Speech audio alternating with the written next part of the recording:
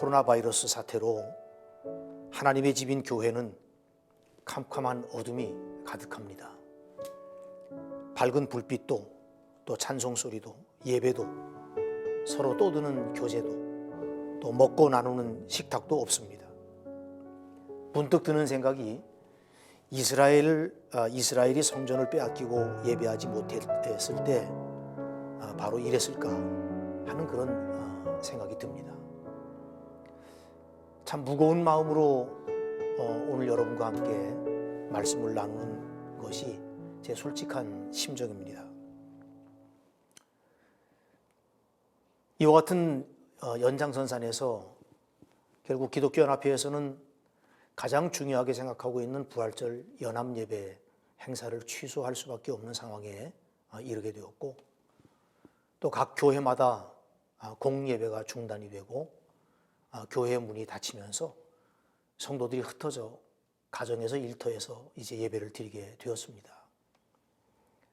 물론 이와 같은 일들은 가정 예배의 회복이나 또 가족들과 함께 예배하면서 구원받지 못한 가족들을 하나님께로 인도하기도 하고, 또 가정 예배를 드리면서 그곳에서 경험하는 새로운 감동과 감격을 우리가 맛볼 수 있는 그런 은혜도 있지만, 분명한 것은 이 기간이 점차 길어지면서 교회에서 우리가 함께 모여드리는 그 예배의 기쁨과 감격이 점점 사라지고 있다고 하는 것입니다. 어떻게 하면 이와 같은 예배의 기쁨을 좀 회복할 수 있을까? 이런 마음으로 원주시 기독교연합회는 CTS 강원 방송과 함께 예배 회복 캠페인을 전개하게 되었습니다. 부활절 연합 예배를 드리지 못해서 이제 부활절 연합 예배는 당일 똑같은 시간에 CTS와 함께 영상으로 예배가 송출이 됩니다. 생중계로 방송이 되는 이 예배에 여러분 모두가 있는 자리에서 함께 참여하시고 함께 은혜와 감격을 나누시면서 부활의 기쁨이 이 땅 위에 이 우울하고 어두운 이 민족과 백성들 가운데 가득해지기를 그렇게 소원하는 마음으로 모두가 함께 하셨으면 좋겠습니다. 100년이 넘도록 단 한 번도 어떠한 상황에서도 멈추지 않았던 수많은 교회의 문이 닫히고 예배의 소리가 사라져 버렸습니다. 성전 안에서 울어대는 짐승의 소리, 제의의 짐승 잡는 피비린내, 제사장들의 분주한 발소리, 나팔 소리, 여인네들의 시끄러운 소리, 이 모든 것이 사라지게 되었을 때 그 성전 안에는 얼마나 적막감이 흐르고 또 얼마나 성전의 관계자들은 괴로움이 있었을까 하는 생각을 하게 됩니다. 거짓되고 이중적인 백성들의 삶과 제사에 넌덜머리가 나신 하나님께서 너희가 태운 기름 냄새가 역겹고 지겹다고 하시며 모든 제사를 폐하시듯이 우리의 이 가증스러운 삶과 예배를 지겨워하신 것은 아닐까 하는 돌아보는 마음이 생기게 됩니다. 오늘날 오히려 문을 열고 예배를 드리는 교회를 한심하게 여기고 이상한 집단으로 몰아가기도 합니다. 그러나 우리가 이 멈춘 후에야 비로소 알게 되었습니다. 우리의 예배가, 우리의 일상이 얼마나 감사였습니까? 모든 것이 멈춘 후에야 비로소 우리의 예배와 삶을 되돌아보게 되는 것입니다. 여러분, 삶이 없는 예배, 예배당 안에만 갇혀 있어서 세상과 단절되어 있는 예배, 형식에 매여서 예배의 정신도 흐려지고 영성과 진정성이 다 사라진 예배, 이러한 예배를 몹시 싫어하신 주님은 성전의 장사치들을 내어 쫓으셨던 것처럼 지금의 교회의 예배가 이러한 것은 아닐까?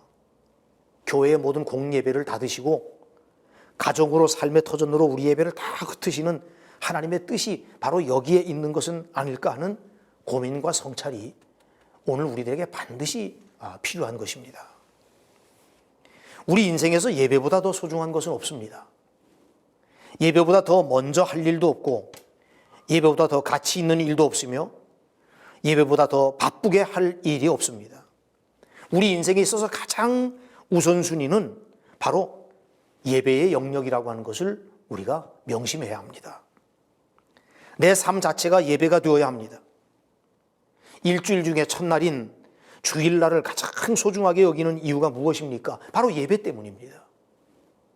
하루의 생활도 한 주간의 삶도 예배자의 마음으로 출발해야 되기 때문에 한 주의 첫날 하나님 앞에 우리가 예배로 나아가고 예배로 우리가 하나님께 우리의 포커스를 맞추고 예배를 통해서 주시는 바 그 은혜를 가지고 한 주를 이기며 살아가는 하나님의 백성이 되기를 원하는 마음 때문에 바로 우리가 주일 예배를 중요하게 여기는 것입니다. 어느 목사님은 말하기를 하루를 예배로 시작하는 사람은 결코 마귀가 건드릴 수 없는 권능자의 삶이다 라고 이야기를 했습니다. 그렇기 때문에 예배의 성공자가 인생의 성공자가 될 수 있다는 것이죠. 반면에 예배의 실패자는 인생의 실패자가 되고 마는 것입니다. 여러분, 성경을 통해서 우리가 보게 되면 하나님이 찾으시는 사람이 누구입니까? 바로 하나님께 예배드리는 자입니다. 왜 하나님께 예배드리는 자를 하나님은 찾으십니까? 하나님께서 인간을 창조한 본래의 목적이기 때문입니다. 인간이 창조된 것은 창조주 하나님께 감사와 찬양과 영광을 돌리게 하기 위함입니다. 하나님께서 이스라엘을 죽음의 땅 그 애굽에서 건져내 주신 가장 큰 목적이 있다면 그것도 바로 예배인 것입니다. 우리를 죄와 사망에서 구원해 주신 것도 하나님께 예배드리는 삶을 살아가도록 하기 위해서 그렇게 하신 것입니다. 그러므로 내 인생의 가장 중요한 자리가 바로 예배의 자리인 것입니다. 아벨은 가인보다 더 나은 제사를 하나님께 드림으로 의로운 자라고 하는 인정을 받았습니다. 오늘 나도 더 나은 예배를 드리기 위해서 노력해야 합니다. 예배를 통해서 하나님께 인정받는 삶을 살아야 됩니다. 예배를 통해서 하나님께 복을 받고 예배를 통해서 하나님께 쓰임받는 자가 되어야 합니다. 그렇기 때문에 예배는 바로 생활의 시작이요 마지막이 되어야 되는 것입니다. 예배를 드리는 마음으로 생활해야 되고 생활하는 도중 생긴 문제를 예배로서 해결해야 되는 것입니다. 아무렇게나 예배를 드려서도 안 되고 아무렇게나 생활을 해서도 안 되는 것입니다. 예배는 행동적인 것으로서 윤리적인 성격이 있습니다. 하나님께 예배하는 것은 예배하는 의식으로 끝나면 안 된다는 것입니다. 우리가 자칫 잘못 생각하는 것 중에 하나는 교회 안에서 하는 예식이 예배의 전부라고 생각하는 것입니다. 참된 예배는 하나님이 원하시는 그 뜻을 내 생활 속에서 행하는 것이지, 그래서 반드시 예배에는 실천이 따르고 예배에 받은 바 은혜와 우리에게 주신 하나님의 음성과 예배를 통해서 얻은 기쁨과 감격을 증명해내야 될 현장은 바로 우리의 삶의 자리가 돼야 된다고 하는 사실입니다. 더 나아가서 우리의 행위 자체가 예배가 되어야 합니다. 우리는 교회는 교회고 사회는 사회다라고 하는 이런 논리에서 예배 생활과 사회 생활을 분리시켜서는 안 됩니다. 예배 생활과 사회 생활 분리는 그러한 삶은 내적 평안을 해칩니다. 내적 평안을 방해하는 가장 큰 장애물 중에 하나가 바로 우리의 생활을 두 영역, 즉 신성한 영역과 세속적인 영역으로 나누는 이분법적 그런 사고 때문인 것입니다. 이러한 것들이 서로 분리되고 상반되는 것으로 잘못 이해되기 때문에 결국 우리의 내적 삶이 무너지는 것입니다. 여러분, 우리의 예배 생활과 사회 생활은 분리가 아니라 연합이 되어야 합니다. 교회에서 예배를 마치는 축도에서부터 또 다른 예배는 시작된다고 보아야 합니다. 그 예배가 무엇입니까? 로마서 12장에서 말씀한 것처럼 삶으로 드리는 예배, 우리의 몸으로 하나님 앞에 드리는 산제사, 바로 이것이 참된 예배입니다. 그래서 예배는 마치 신의 산에 올라가는 것과 같습니다. 하나님의 백성들이 하나님과의 만남을 기대하면서 자신의 의복을 정결케 하고 새로운 기대를 가지고 자신을 돌아보며 거룩한 산에 올라갔습니다. 그리고 나서 드디어 거기에서 하나님을 뵙습니다. 그리고 말씀하시는 하나님의 음성을 듣습니다. 거기에서 자신의 모습을 깨닫고 거룩한 헌신을 맹세합니다.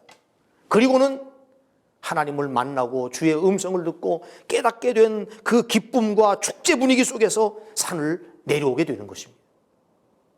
그리고 나서 주신 말씀과 그 기쁨을 가지고 내 삶의 현장에서 살아가는 그것이 바로 예배라는 것입니다. 이때를 오히려 나의 예배와 삶을 돌아보고 정비하고 새롭게 하는 기회로 삼아서 예배가 회복되는 은혜가 있기를 축복합니다.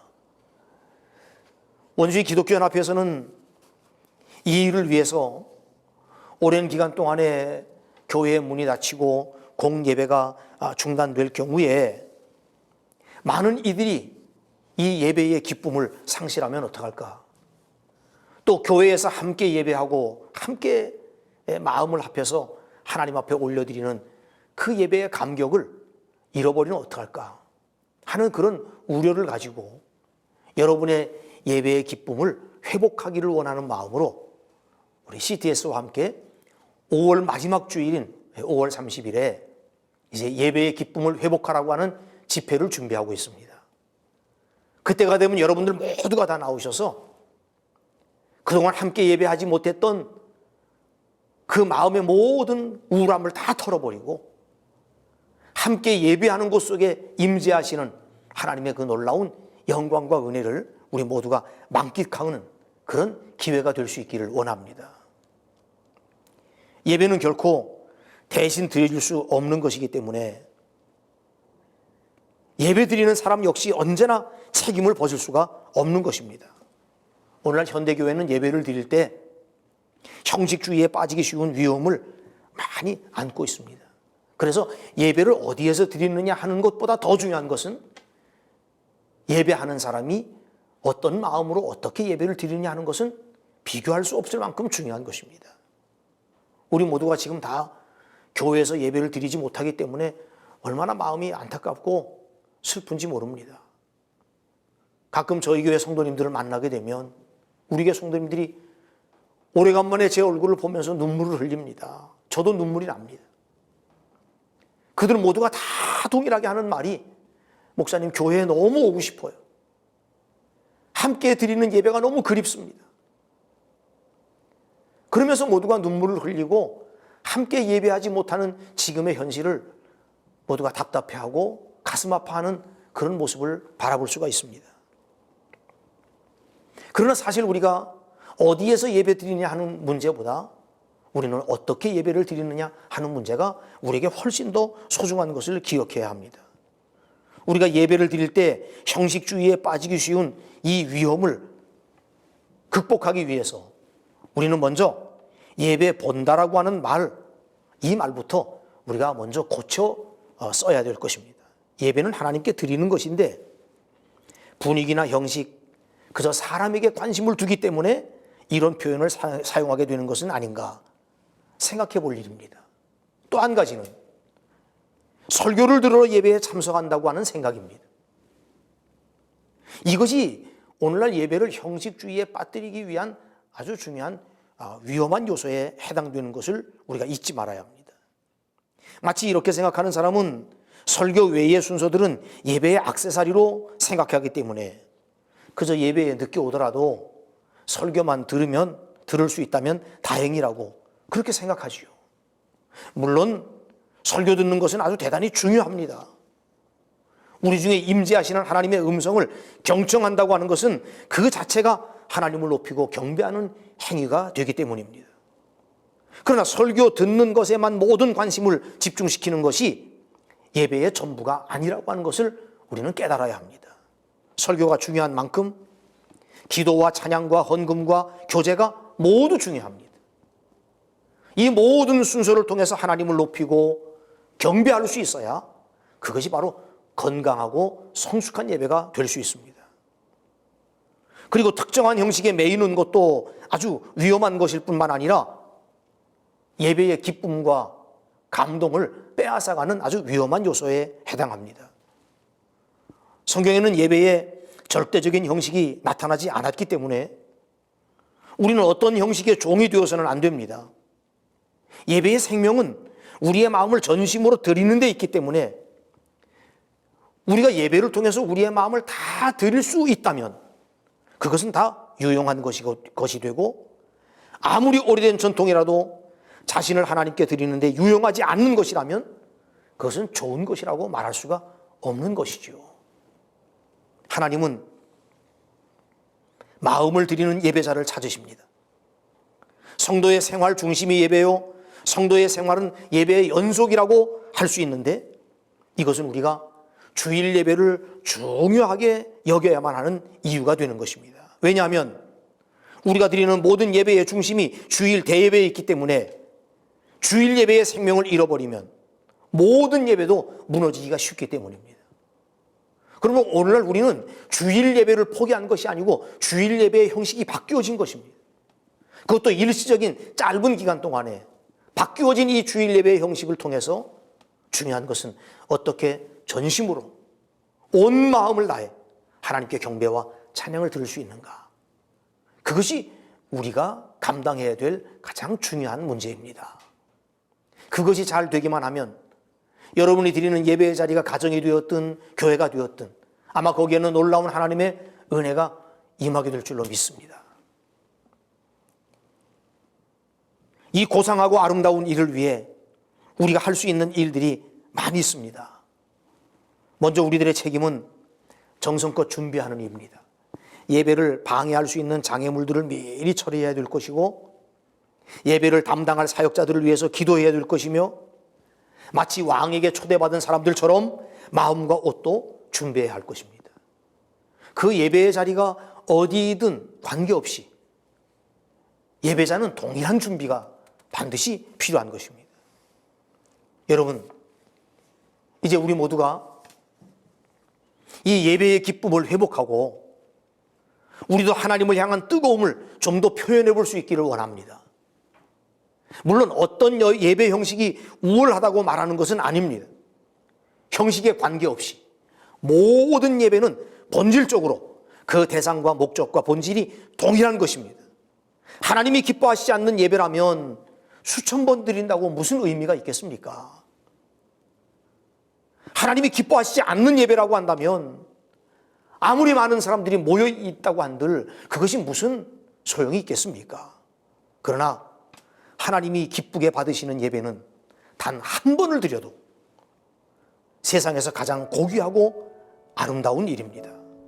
저는 여러분 모두가 신령과 진정으로 예배하는, 영과 진리로 예배하는 하나님의 자녀들이 되시기를 원하고, 이 어려운 때 우리가 예배만은 결코 잃어버리지 아니하고 이 예배의 기쁨을 반드시 회복하여 여러분 모두가 하나님 앞에 진정한 예배자로서 세워져서 하나님의 기쁨이 되고, 예배를 통하여 여러분들은 놀라운 하나님의 은총과 능력을 경험하는 복된 주의 백성들이 다 되시고 또 모든 성도들이 다 되시기를 주님의 이름으로 축원합니다.